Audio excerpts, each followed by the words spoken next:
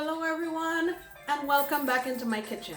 Today I'm going to make a short video in which I'll show you how to soak your fruits so that you'll be ready to make your West Indian black cake for Christmas.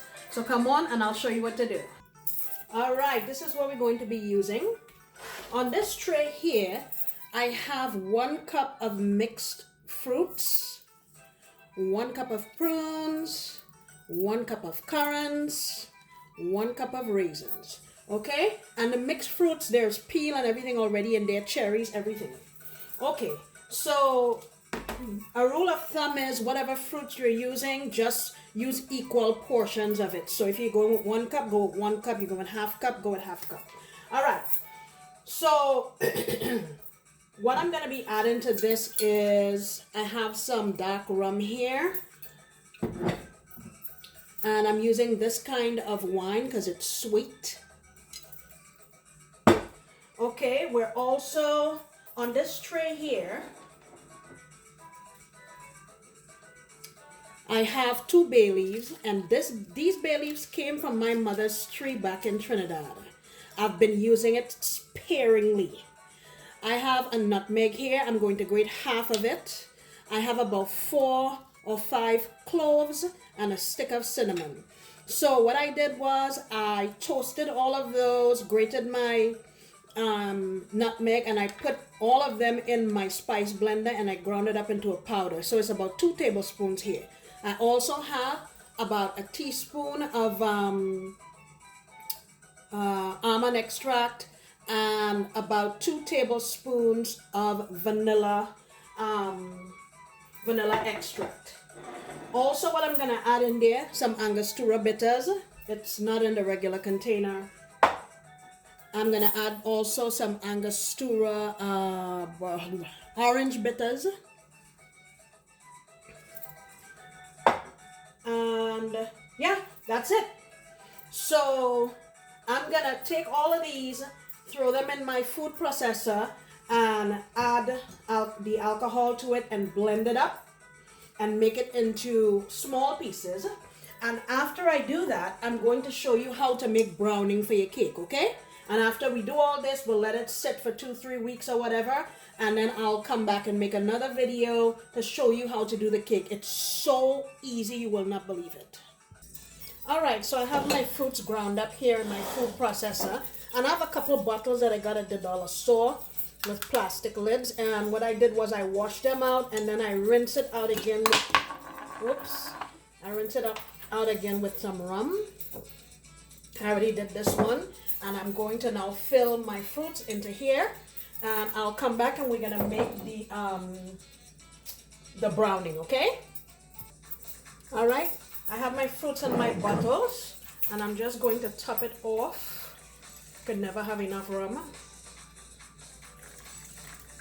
All right, now this is ready to go.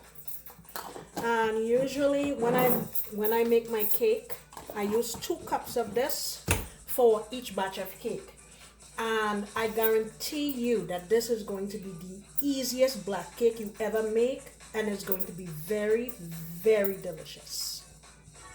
All right, we have the stove, and what I have in my pan here is 1/4 cup of brown sugar. And to that, I'm going to add a couple tablespoons of water. All right. Now I'm going to stir this around. And what I want to do is, just like how you do it for when you do making stew chicken or something like that, we're going to keep our eye on this and keep turning it and stirring it until it becomes caramelized. There's going to be smoke involved, but that's just a process, okay? So I will keep nursing this, and I'll keep showing you the steps as I go. All right, so we're at a syrupy type of stage now where we have some big bubbles. We're gonna keep going. Please don't walk away from this because you really have to nurse it, okay? Okay, if you look, my bubbles are starting to get a little smaller. Okay, we're still gonna keep going.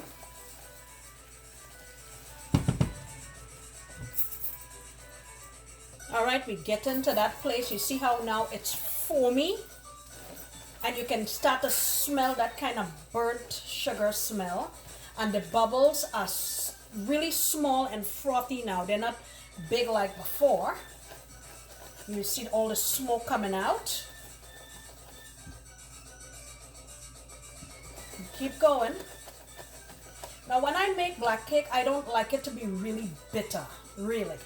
I want to enjoy it. Sometimes people make black cake and my gosh, the thing is so bitter you can't even enjoy it properly.